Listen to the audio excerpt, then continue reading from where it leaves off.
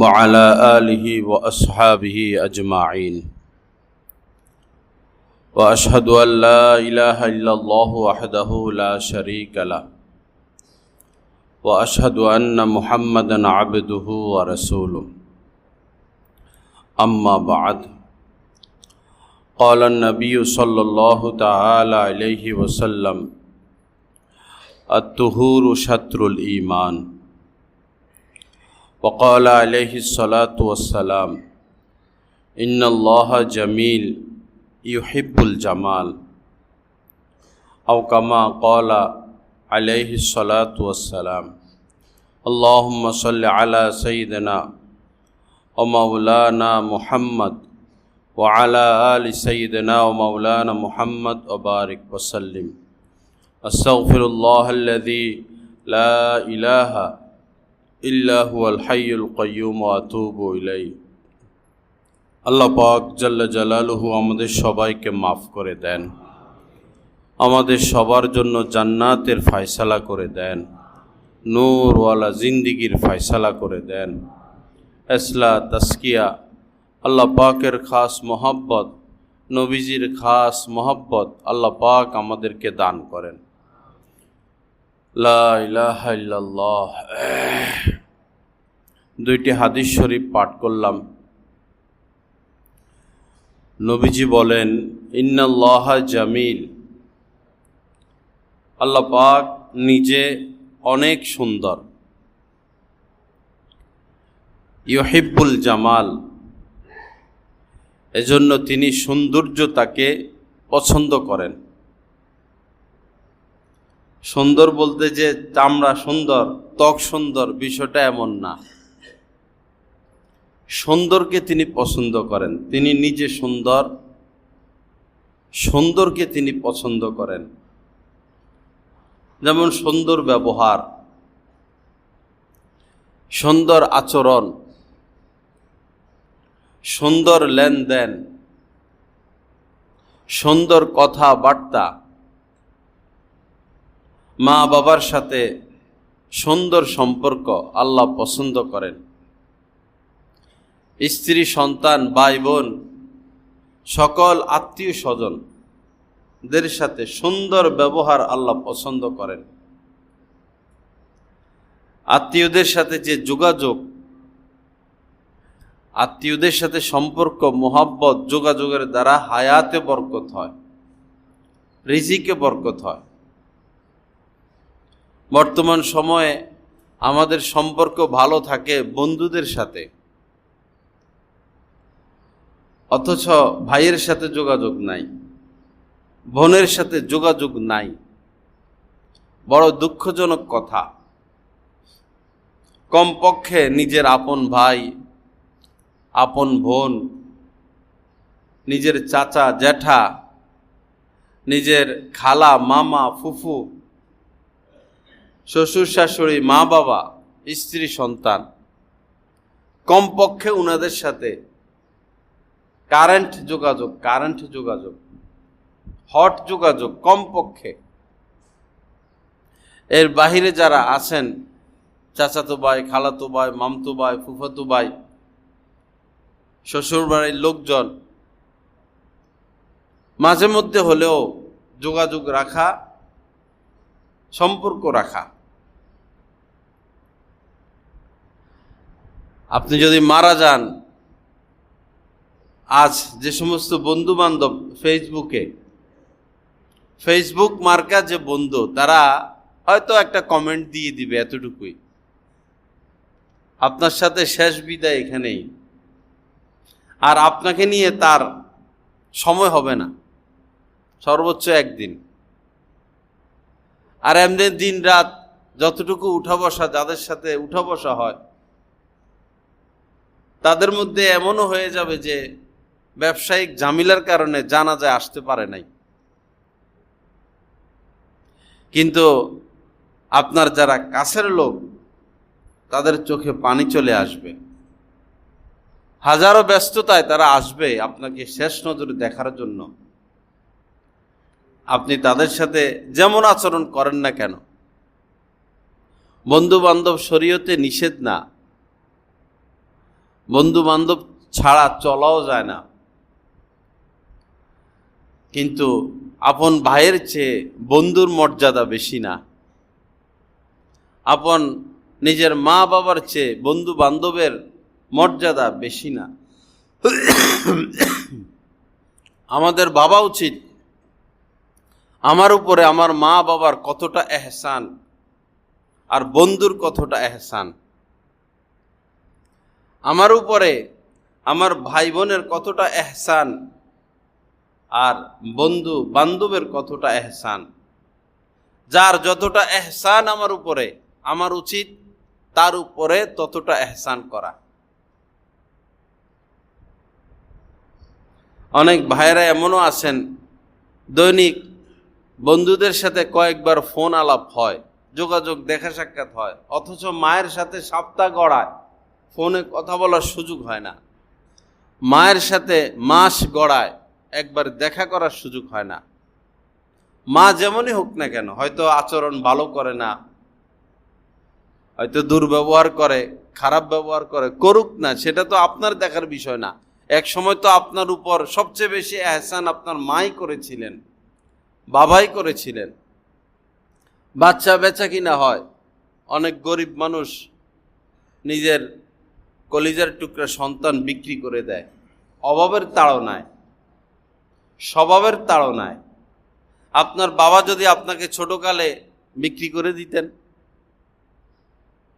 আপনার মা যদি আপনাকে বিক্রি করে দিতেন, এত কষ্ট লালন পালনের না নিয়ে, লালন পালনের এই কষ্ট না নিয়ে যদি বিক্রি করে দিতেন, সরকারকে দিয়ে দিতেন, সরকারিভাবেও বহু অসহায় বাচ্চাকে লালন পালন করা হয়, সেখানে যদি দিয়ে দিতেন, তো আপনি আজকে যে প্রতিষ্ঠিত, এইভাবে প্রতিষ্ঠিত হতে হয়তো পারতেন না। লা ইলাহা ইল্লাল্লাহ। আল্লাহ পাক আমাদেরকে মাফ করে দেন। আল্লাহ পাক আত্মীয়দের সাথে সুসম্পর্ক রাখার তৌফিক দান করেন। বিশেষ করে নিজের মা বাবা, অনেকে এখন আমরা বলি মানুষকে, সন্তানকে বিবাহ করান না কেন? বাচ্চার বয়স পার হয়ে যাচ্ছে, মেয়ের বয়স 25 পার হলো, বাচ্চার বয়স 28 পার হলো, বিয়ে করেন না কেন? ভয় পায়, বিয়ে করাইলে তো ছেলে আর আমার থাকবে না। এক তো মেয়ে বিবাহ দিলে সে শ্বশুর বাড়িতে চলে যাবে, শেষ। আর ছেলের ক্ষেত্রে এই ভয় যে বিয়ে করাইলে তো সে আর আমার থাকবে না, আমার কথা শুনবে না, আমার সাথে দূরত্ব হবেই। এই ভয়েও অনেকে বিবাহ করাইতে চায় না। এই ভয়ে যদি আপনি বিবাহ না করান, আজ নয় কাল তো করাতে হবেই। যত দেরি হবে বিবাহ শাদী তত ক্ষতি। ছেলে হোক মেয়ে হোক, বিয়ে শাদী যত দেরি হবে তত তাদের ক্ষতি, অনেক ক্ষতি, শারীরিক ক্ষতি, মানসিক ক্ষতি। মেয়েদেরকে 16, 17, 18-র মধ্যে বিয়ে দিয়ে দেওয়া, ছেলেদেরকে বর্তমানে 20, 22, 23 এর মধ্যে বিয়ে করানো, মা বাবার জিম্মাদারিতে করিয়ে দেওয়া। 23, 24-এর মধ্যে, 25-এর মধ্যে, 25-এর উপরে কোনোভাবে না নেওয়া। পরে তাদের গর্ভে বা তাদের ওরস থেকে যে সন্তান আসবে সব ল্যাংড়া আর লুলা হবে, দুর্বল, পুষ্টিহীন, মেধা কম। প্রথম সন্তানের মেধা বেশি থাকে। কেউ 25 বছর বয়সে সন্তান নিলেন, আবার এই লোকই 50-এর কাছাকাছি গিয়ে সন্তান নিলেন। দেখা যাবে যে 25 বছর বয়সে যে সন্তান নিয়েছেন এর শক্তি বেশি, মেধা বেশি, বুদ্ধি বেশি, সে পুষ্টিকর। আপনি একটা আম গাছ লাগান, 5 বছর বয়সে গাছে আম ধরলো, ভালো কথা, বড় বড় আম, মিঠা মিঠা আম, আকর্ষণীয়, সুবাসিত। এই গাছের বয়স যখন 30 হবে, 40 হবে, 50 হবে, তো আম তখন এতটুকু হয়ে যাবে। প্রথমে এত বড় আম, 50 বছর বয়সে আম দিল অমলকির মতো, আমড়ার মতো। মানুষেরও একই অবস্থা। এজন্য বিশেষ করে মেয়েদেরকে ধরে রাখতে নাই, মেয়েদেরকে ধরে রাখতে নাই। পড়ালেখা করাবেন ভিন্ন কথা, বিয়ে দিয়ে দেন, আপনিও বাঁচেন তাকেও বাঁচান, আপনিও বাঁচেন তাকেও বাঁচান। এখন ঘরে ঘরে জিনা ব্যভিচার, ঘরে ঘরে, একদম ঘরে ঘরে জিনা ব্যভিচার। এর কয়েকগুলো কারণের মধ্যে এটা উল্লেখযোগ্য। বয়স পার হয়ে যাচ্ছে, মা বাবার খবর নাই। মা বাবার বোঝা উচিত যে আমার যখন 18 ছিল বয়স, 25 ছিল, তখন আমার মধ্যে শাহওয়াত কি পরিমাণ কাজ করত, গুনাহের চাহিদা কি পরিমাণ ছিল, গুনাহ থেকে বেঁচে থাকা আমার জন্য কতটা কষ্টকর ছিল, এটা মা বাবার চিন্তা করা উচিত। পাশাপাশি এই চিন্তাও তারা করবেন যে ওই সময় তো গুনাহের এত আসবাব ছিল না, উপকরণ ছিল না। আজ থেকে 20 বছর আগে, 30 বছর আগে গুনাহের এত উপকরণ ছিল না। খারাপ জিনিস দেখতে চাইলেও দেখার সুযোগ ছিল না, ব্যবস্থা ছিল না। সর্বোচ্চ টেলিভিশনে নাচানাচি করতে এতটুকু। খারাপ কাজ করতে চাইলেও সুযোগ ছিল না। কিন্তু এখন কোন এমন পাপ কাজ বাকি আছে যেটা হাতের নাগালে নাই? যে কোনো মানুষ যে কোনো মুহূর্তে যে কোনো পাপ করতে পারে। কেবলমাত্র মুত্তাকিরাই এই পাপ থেকে বেঁচে থাকে। মুত্তাকিরা, আবেদ যারা, আবেদ বলতে যেটা বুঝায়, আবেদের নিচে কোনো স্তর নাই শরীয়তে। আবেদ যিনি ইবাদত করেন, আমরা তো আবেদ, কিন্তু আসলে আমরা আবেদ হতে পারি নাই, আমরা ওয়ান পাশও করতে পারি নাই। আবেদ যিনি হবেন তিনি তো ফরজ যথাযথভাবে তিনি ফরজ আমলগুলো ঠিক রাখবেন, ওয়াজিব আমলগুলো ঠিক রাখবেন, গুনাহ থেকে বেঁচে থাকবেন। আবেদের নিচে আর স্তর নাই। তা আমরা যে ইবাদত করি, আমল করি, আমলের প্রতি যে গুরুত্ব, এটা অবশ্যই প্রশংসনীয়। কিন্তু ফরজ আমল, ওয়াজিব আমল, গুনাহ থেকে বেঁচে থাকার ফিকির কি আমাদের আছে? একজন মুমিন কখনো তিনি উদাসীন হতে পারেন না ফরজের ক্ষেত্রে, ওয়াজিবের ক্ষেত্রে, গুনাহ বর্জনের ক্ষেত্রে কখনো তিনি উদাসীন হতে পারেন না। বর্তমানে উদাসীনতা আমাদের কোন পর্যায়ে? খবরই থাকে না গীবত হয়ে যাচ্ছে, খবরই থাকে না মিথ্যা হয়ে যাচ্ছে। স্বেচ্ছায় পাপে লিপ্ত হয়, আবার লম্বা লম্বা ইবাদত দেখলে তো ভালো লাগে, কিন্তু মুস্তাহাব নিয়ে এত বাড়াবাড়ি, অথচ ফরজের খবর নাই। হজ করতে গিয়ে পাথরে চুমু খাওয়া, অবশ্যই এটা নিয়ে আমরা বাড়াবাড়ি করি, সীমা লঙ্ঘন করি। এটা শরীয়ত কাম্য না। নবীজিও দূরের থেকে ইশারা দিয়ে সালাম করেছেন। ওইখানে চুমু দেওয়া এটা তো ফরজ না, ওয়াজিব না, সুন্নতে মুআক্কাদা না। ওইখানে চুমু দিতে গিয়ে আপনাকে কত হেনস্থা হতে হয়। অনেকে উলঙ্গ হয়ে যায়, পুরা উলঙ্গ হয়ে যায়। অনেকে তো প্রস্রাবও করে দেয় চাপে।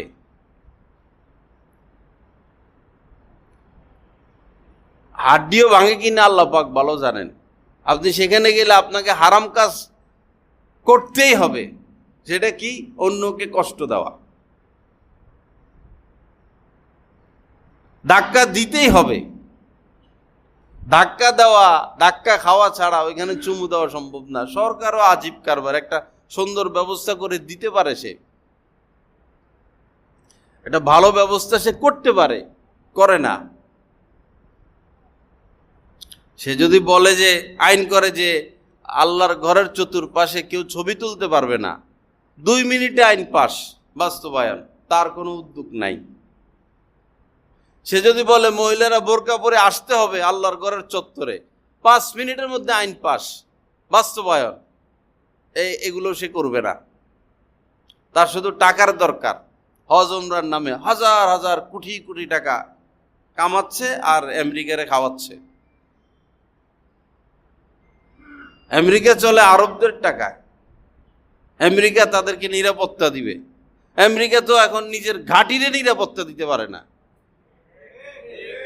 সে নিজের নিরাপত্তাই নিজে দিতে পারে না, সে আরব বিশ্বের নিরাপত্তা কিভাবে দিবে?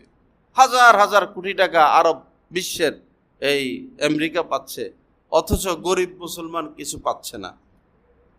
তার কোনো অবদান নাই এই ইয়েমেনের উপরে, এই আরাকানের উপরে, এই কাশ্মীরের উপরে, গরিব রাষ্ট্রগুলোর উপরে। ভাষায় দিতে পারে তারা, আরব বিশ্ব চাইলে সব দিবে আমেরিকারে। গোলামি, পা চাটার মধ্যে কোনো কামিয়াবি নাই, পা চাটার মধ্যে কোনো কামিয়াবি নাই। ওয়াইজ্জুহু ইস্তিগনাউহু আনিন নাস, নবীজি বলেছেন একজন মুমিনের সম্মান কোথায়? একজন মুমিনের সম্মান কোথায়? ইস্তিগনা, অমুখাপেক্ষিতা।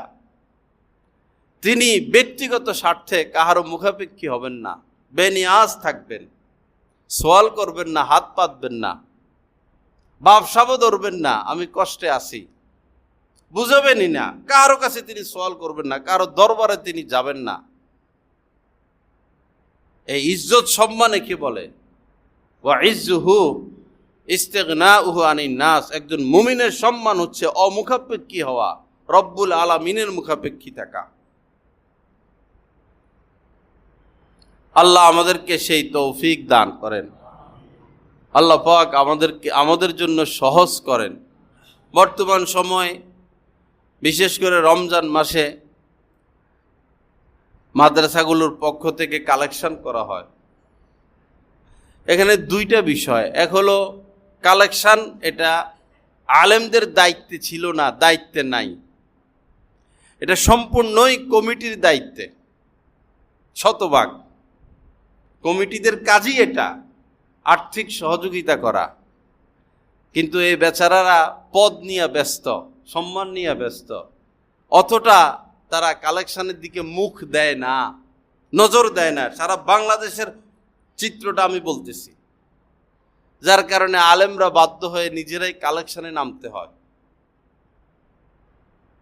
এরপরেও কথা এটাই যে এটা আলেমদের দায়িত্ব না।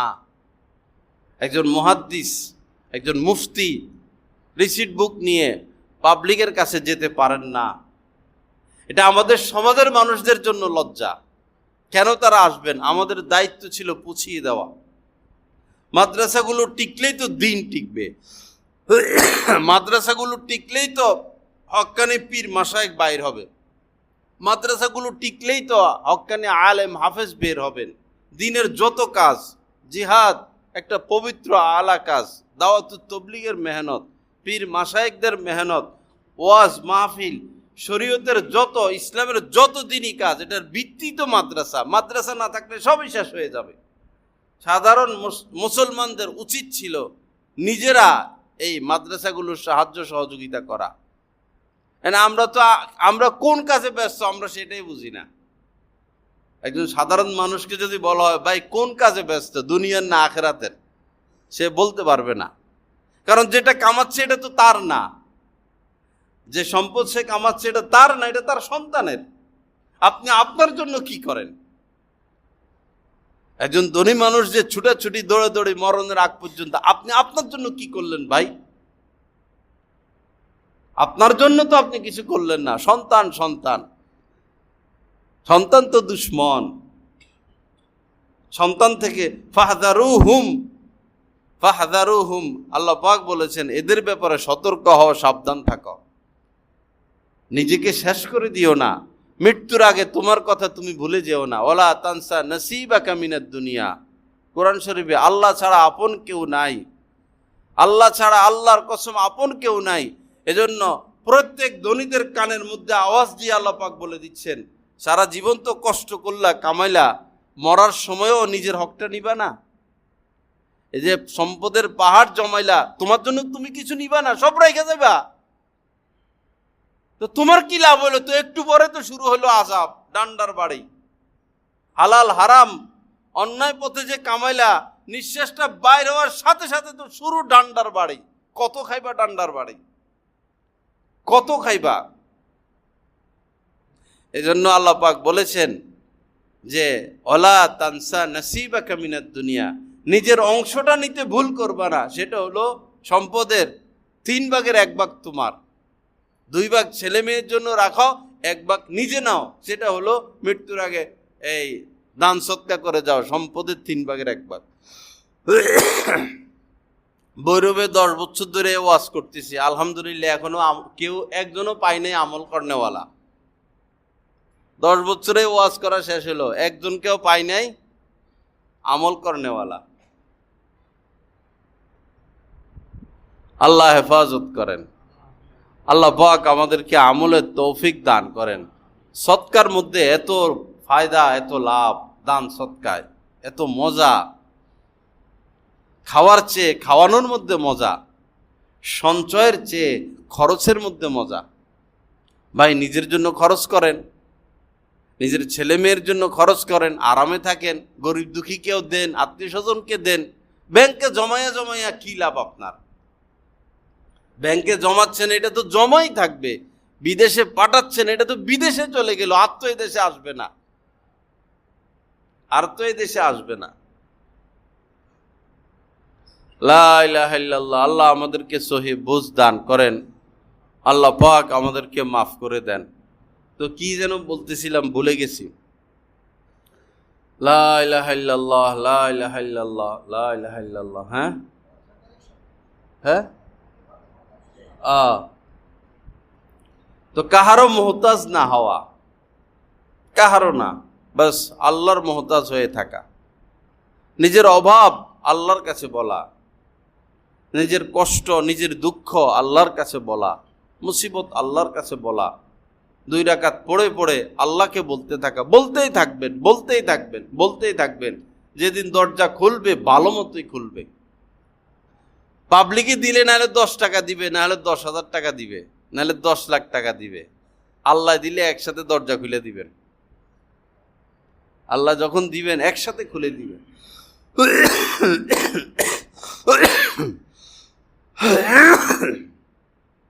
আল্লাহ পাক আমাদের সবাইকে মাফ করে দেন, সহি বুঝ দান করেন।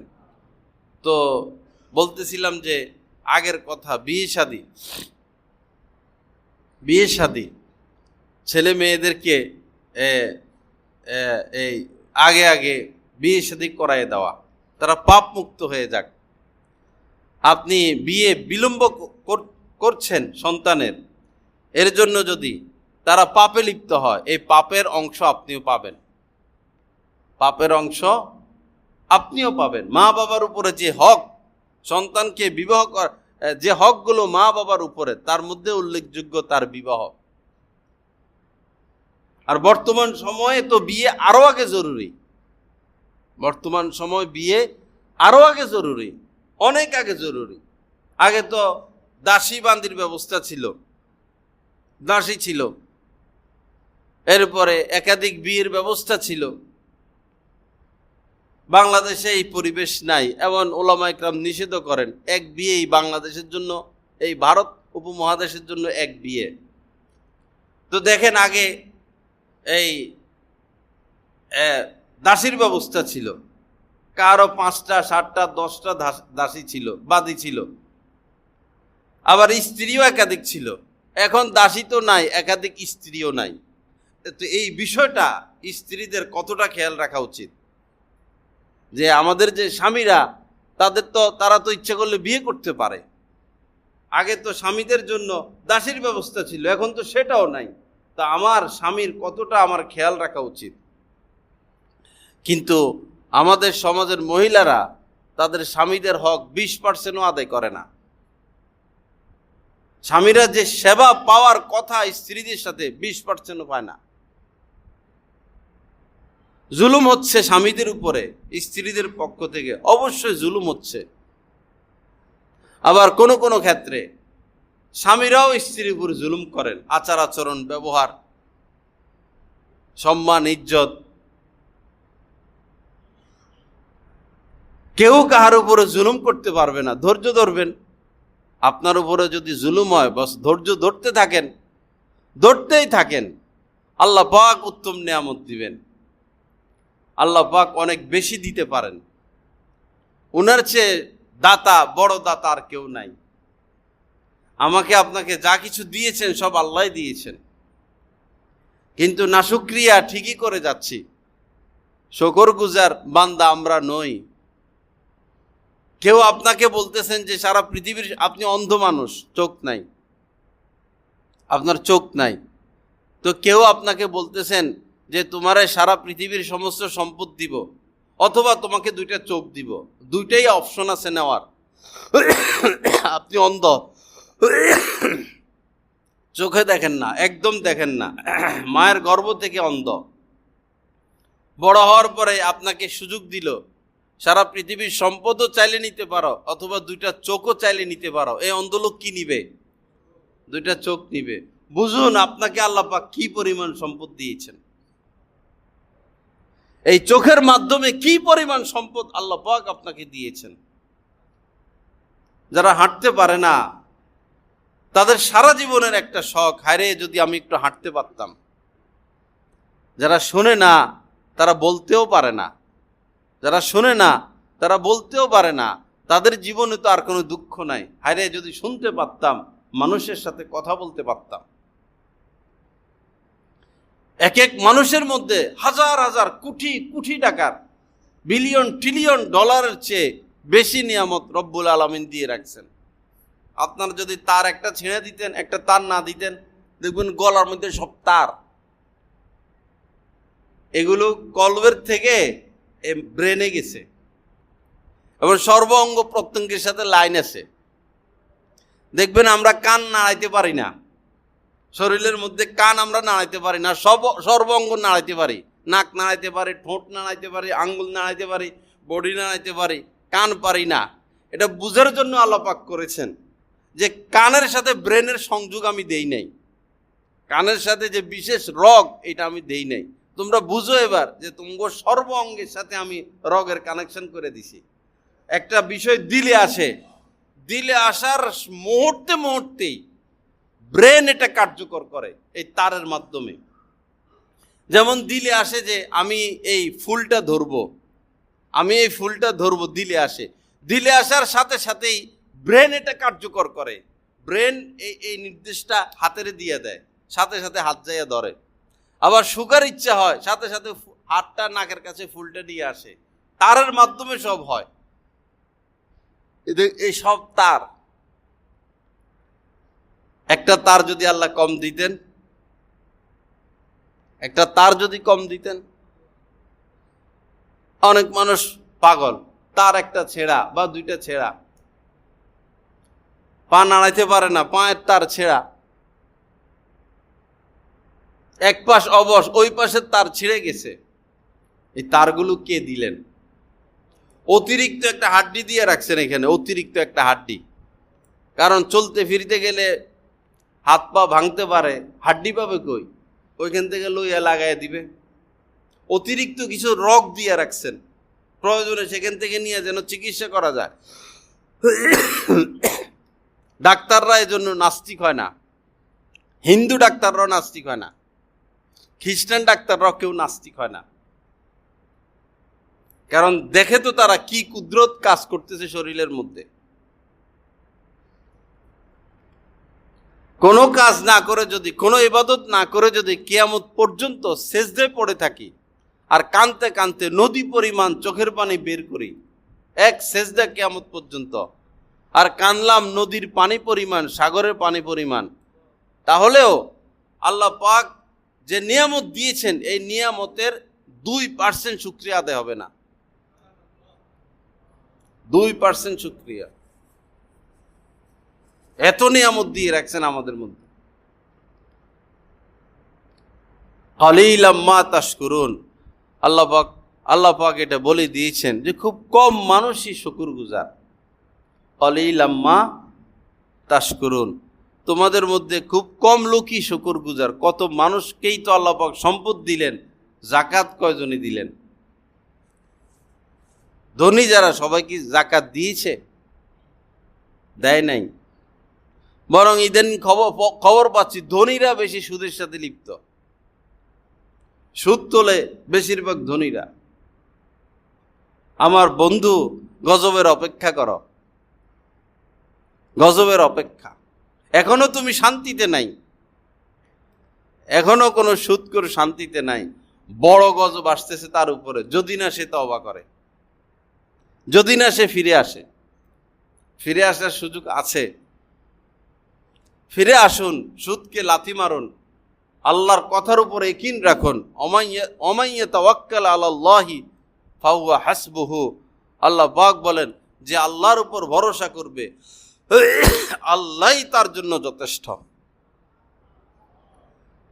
ব্যাংকের উপর ভরসা করা যাবে না। স্ত্রী, সন্তান, সম্পদ, বন্ধু বান্ধব, রাজনৈতিক সম্পর্ক, ব্যালেন্স, টাকা পয়সার উপর ভরসা নয়, ভরসা আল্লাহর উপরে, ভরসা আল্লাহর উপরে। কি খবর এগুলো পাচ্ছি? ধনীরা সুদের সাথে বেশি লিপ্ত। বহু গরিব মানুষ মধ্যবিত্ত ব্যবসা করে, আলহামদুলিল্লাহ চলতেছে। আর বেশিরভাগ যাদের লাখ লাখ কোটি কোটি টাকার বিজনেস, হঠাৎ করে 5 কোটি টাকার দরকার হইল, বস ব্যাংকের থেকে নিয়ে আসে। আল্লাহর ভয় তো নাই। হারাম পথে কামাবেন, আপনার সন্তান হারাম পথে সব শেষ করবে। মদ, গাঁজা, জিনা, ব্যভিচার, আমোদ ফুর্তি। ধনী লোকের সন্তানেরা ঘরের দরজা জানালা বন্ধ করে ডেস্ক চালাইয়া দেয় আর ওই লাফায় হরিণের বাচ্চার মতো। তার তো সম্পদ কামানোর কোনো টেনশন নাই।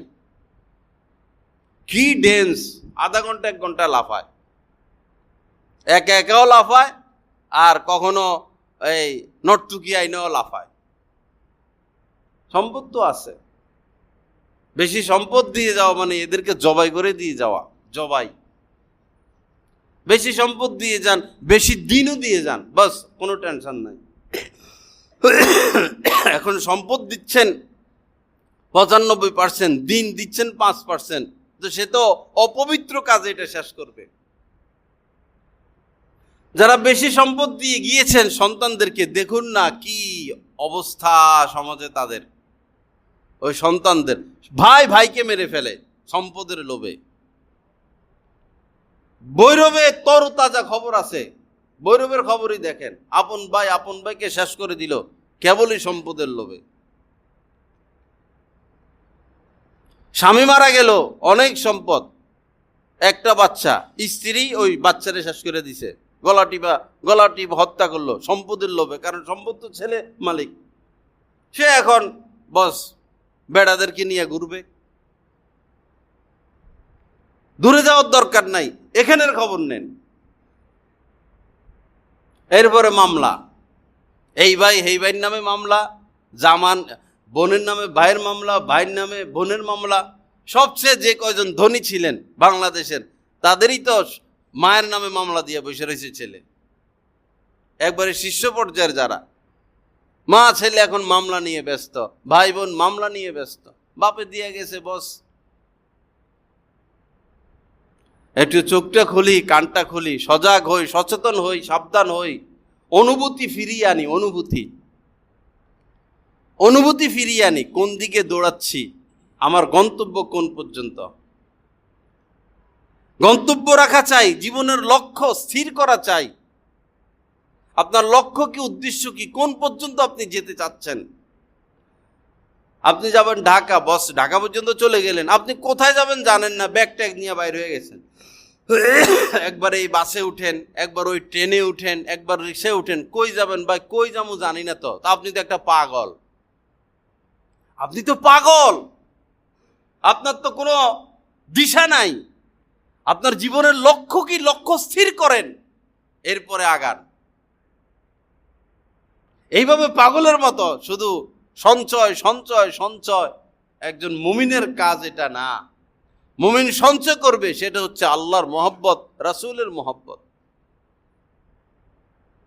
আল্লাহর মহব্বত, রাসূলের মহব্বত। মুমিনের সঞ্চয় হচ্ছে আল্লাহ পাকের নৈকট্য। মুমিনের সঞ্চয় আল্লাহ পাকের নৈকট্য। আল্লাহ আমাদেরকে তৌফিক দান করেন। তো যেটা বলতেছিলাম যে কিছু ভাইরা এমন আছেন ইবাদত তো খুব ভালো করে, আলহামদুলিল্লাহ, ইবাদত দেখলে ভালো লাগে, লম্বা লম্বা সময় নফল পড়েন, দোয়া মুনাজাত করেন, কিন্তু এই ভাইদের গুনাহ থেকে বাঁচার ফিকির নাই। বোনের হক, স্ত্রীর হক, ভাই বোনের হক, এগুলোর ব্যাপারে কোনো ফিকির নাই। নজর খারাপ হচ্ছে, গীবত হচ্ছে, এই ব্যাপারে কোনো ফিকির নাই। মনে রাখবেন, হাজার হাজার কোটি কোটি তাহাজ্জুদ, ইশরাক, নফল, জিকির আজকারের চেয়ে একটা গুনাহ থেকে বেঁচে থাকার মূল্য বেশি। কোটি কোটি দিনের কাজ, যেটা মুস্তাহাব পর্যায়ের দিনের কাজ, আমরা যে যাই করি বাংলাদেশে সব মুস্তাহাবের উপরে নাই কিছু। সব দিনের কাজের নাম নিতে পারি না, এই দুশ্মনী শুরু করে দেয়, বিরুদ্ধে লেগে যায়। ভালো ভালো জুমায় আসে, যখন দেখে যে গায়ে লাগছে শেষ, এবার রাস্তা রাস্তায় ঘুরবে আর জয় সাহেবের বিরোধিতা। আমার কিছু আসে যায় না বিরোধিতায়, আমি কোনো মানুষের মোহতাজ না, কারো কাছে হাত পাতার লোক আমি না। একজন আলেমের, একজন বাদশাহ আলেমের অধীন, আলেমের উপরে কাহারও কোনো সম্মান নাই, মর্যাদা নাই। আলেমের মোহতাজ সমস্ত মানুষ, আলেম কোনো মানুষের মোহতাজ না, তিনি আল্লাহ পাকের দয়ার মোহতাজ। একজন আলেমে দিন আল্লাহর দয়ার মোহতাজ, সমাজের মানুষ তার মোহতাজ। কে আসলো, কে চলে গেল, কে মহব্বত করে, কে ঘৃণা করে, একজন আল্লাহওয়ালা এটার পরোয়া করেন না। তিনি আলেমে দিন, যিনি বেনিয়াজ হবেন, অমুখাপেক্ষী হবেন, যিনি আপনাদের পা চাটেন। হাজি সাহেব, হাজি সাহেব, সার সার সার সার করে, সে তো চাকরির গোলাম করে, সে আলেম না। সে চাকরির গোলামি করে, চাকরি বাঁচানোর ফিকির করে। একজন আলেম কাহারও তোষামুদি করতে পারে না। যিনি তোষামুদি করবেন তার এলেমের উপরে তার কোনো আমল নাই, সে হক্কানি আলেম হতে পারে না। আলেম রাজা বাদশারও তোষামুদি করতে পারে না। কিসের কুটিপতি আর হাজি সাহেব আর কমিটির লোক আর নেতা খেতা, আলেম রাজা বাদশারও তোষামুদি করবে না। রাজা বাদশার মধ্যে যদি দিন থাকে, রাজা বাদশাহ আলেমের তোষামুদি করবে। একজন আলেম মানে কি? খাসাতুহু, আল্লাহ পাকের বিশেষ ব্যক্তি। আলেম মানে আল্লাহর বিশেষ ব্যক্তি। আল্লাহর সাথে যদি কেউ ভালো সম্পর্ক রাখতে চায় তো তাকে অবশ্যই আলেমের দ্বীনের মাধ্যমে অগ্রসর হতে হবে, সরাসরি না। লা ইলাহা ইল্লাল্লাহ। আল্লাহ পাক আমাদেরকে মাফ করে দেন, সহি বুঝ দান করেন। এই জিনিসটা নাই আর কি, বুঝ নাই, বুঝ নাই। বহু মানুষ আসে না, কয় হুজুর যোগাযোগ করে না, ফোন দেয় না। বেটা, আমি কি তোর গোলাম? তোর কাছে ফোন দিতাম? তোর কাছে আমি ফোন দিমু কেন? আমি যোগাযোগ রাখতে যাবো কেন? আমার কি মুসল্লির অভাব? চিনিও তো না আমি। আসতেছে যাইতেছে, আসতেছে যাইতেছে, দূর দূরান্ত থেকে, ঢাকার থেকে এখানে জুমা পড়তে আসে, সিলেট থেকে এখানে জুমা পড়তে আসে, আশুগঞ্জ থেকে আসে, সারা বাংলাদেশের থেকে আসে। আমি গাছতলা ঘাটের পাবলিক এগুলোর মোহতাজ হইতে যাব? দিন খুঁজুন, দিন কার মধ্যে দিন আছে, তার বক্তা হবেন যার মধ্যে দিন আছে। একজন আলেমী দিন কারো মোহতাজ হতে পারেন না। আপনি মোহতাজ হতে হবে দিন পেতে হলে। দিন আছে কার মধ্যে সেটা দেখুন।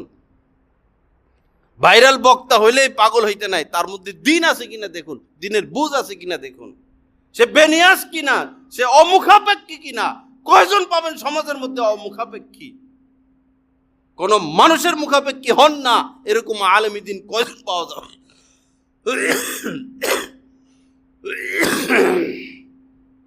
লা ইলাহা ইল্লাল্লাহ। আল্লাহ আমাদের সবাইকে মাফ করে দেন। আল্লাহ পাক আমাদেরকে সহি বুঝ দান করেন। এই একটা কথার উপর আমল করলে হবে, সহি বুঝ, সহি বুঝ। তো কি যেন বলতেছিলাম, হ্যাঁ কি? এর আগেরটা ভুলে গেলে হবে। যাই হোক, কথা তো অনেকই হলো। সব কথার দলিল আলহামদুলিল্লাহ আমার কাছে আছে। কোরআন হাদিস থেকে দলিল দিতে পারবো, কিন্তু দলিল দিতে গেলে তো বয়ান করা যাবে না। আর বয়ান এটা নয় যে অনুবাদ সেন্টার। ইউটিউবে এরকম পাওয়া যাবে, বক্তা শুধু আয়াত বলে, তর্জমা বলে, হাদিস বলে, তর্জমা বলে, মানুষ বলে আল্লাহ কত বড় আলেম। ভাই, যার মুখস্থ শক্তি ভালো আছে সে তো সবই মুখস্থ করে ফেলতে পারে। এটা তো তার তাকওয়ার আলামত না। ওয়াজ মাহফিল তো অনুবাদ সেন্টার না যে হাদিস বলবে আর আয়াত বলবে আর তর্জমা করবে। এটা তো অনুবাদ সেন্টার না, এটা মানুষকে একটা বিষয় বুঝিয়ে দেওয়া, মানুষকে দিন বুঝানো, দিনের একটা বিষয় বুঝিয়ে দেওয়া, মানুষ যেন একটা বুঝ নিয়ে যেতে পারে যে আজকের জুমার বয়ান থেকে এই জিনিসটা বুঝলাম, ছেলে মেয়েকে তাড়াতাড়ি বিয়ে করাইতে হবে, এই বিষয়টা বুঝে আসলো কিনা। এরকম একজন আলেমে দ্বীনের উচিত এক একটা বিষয় এভাবে বুঝিয়ে দেওয়া। এটা অনুবাদ সেন্টার না। লা ইলাহা ইল্লাল্লাহ। আল্লাহ পাক আমাদের সবাইকে মাফ করে দেন। তা আসুন ভাইরা, আল্লাহ রস্সে ফরজ ওয়াজিব সুন্নতে মুআক্কাদা আর গুনাহ থেকে বেঁচে থাকা, বাস এতটুকুই যথেষ্ট নাজাত পাওয়ার জন্য। আখলিস দীনাক, নবীজি বলেছেন তোমার দিনকে পরিশুদ্ধ করো, দিন যেটা পরিশুদ্ধ করো, পরিমার্জিত করো, সংশোধন করো। আখলিস ইয়াকফিকাল আমালুল কলিল, তোমার নাজাতের জন্য অল্প আমলই যথেষ্ট। নাজাত পাওয়ার জন্য বেশি আমল লাগবে না। স্বচ্ছ পরিচ্ছন্নতা, স্বচ্ছতা পরিচ্ছন্নতা। দিলটা কালো বানায় লাভ নাই, দিলটাকে সাদা করি, দিলটাকে সাদা করি ভাই। কালো বানায় কি করবেন? আপনার ভিতরে হিংসা, আপনার দিল কালো। আপনার ভিতরে অহংকার, আপনার দিল কালো। আপনার ভিতরে কোনো আলেমে দ্বীনের ব্যাপারে বিদ্বেষ, আপনার নাজাত হবে না, আপনার দিন কালো। আপনি আপনার শায়েখ থেকে দূরে, তার মানে আপনি আল্লাহর থেকে দূরে। কেউ কাউকে দ্বীনি মুরব্বি বানালো, এরপরে বাস দ্বীনি মুরব্বির থেকে দূরে দূরে, এটা আলামত যে সে কঠিন পাপের মধ্যে আক্রান্ত, কঠিন থেকে কঠিন পাপে সে আক্রান্ত। এজন্য ওই আলেমে দ্বীনের কাছে যেতে পারে না। মানুষ যে আল্লাহ ওয়ালাদের সংস্পর্শে আসে না, এটার বড় কারণ হলো কঠিন কঠিন পাপে এতটা লিপ্ত, আলেমে দ্বীনের কাছে যাওয়ার হিম্মত তাদের নাই। পাপ করতে করতে নেককার হলে তো নেককারের কাছে ছুটে যাবে শান্তির জন্য, আরামের জন্য, আল্লাহকে পাওয়ার জন্য। নেককারই তো আমরা হতে পারলাম না। সবাই সবার মেজাজ নিয়ে ব্যস্ত, বংশীয় মেজাজ, গোত্রীয় মেজাজ। আমার ভাই, আল্লাহকে পেতে হলে বংশীয় কালো রক্ত বের করে দেই, গোত্রীয় কালো রক্ত বের করে দেই। আপনার ভিতরে কৃপণতা হয়তো আপনার বংশের মাধ্যমে এসেছে, এই কালো রক্ত বের করে দেন। আপনার ভিতরে মানুষের উপরে প্রভাব, শাসন, অবিচার, অত্যাচার, ক্ষমতা খাটানোর প্রভাব, এটা বংশ থেকে এসেছে। এই যদি নাজাত পেতে চান, এই কালো রক্ত শরীর থেকে বের করে দেন। মিটান নিজেকে কোনো আল্লাহওয়ালার সামনে, মিটান, এছাড়া কোনো রাস্তা নাই। আল্লাহ পাক জাল্লা জালালু আমাদের সবাইকে মাফ করে দেন। আল্লাহ পাক আমাদেরকে দ্বীন শিখার তৌফিক দান করেন। ওয়া আখিরু দাওয়ানা আলহামদুলিল্লাহি রাব্বিল আলামিন ওয়া সাল্লাল্লাহু আলা নবিয়িল কারীম।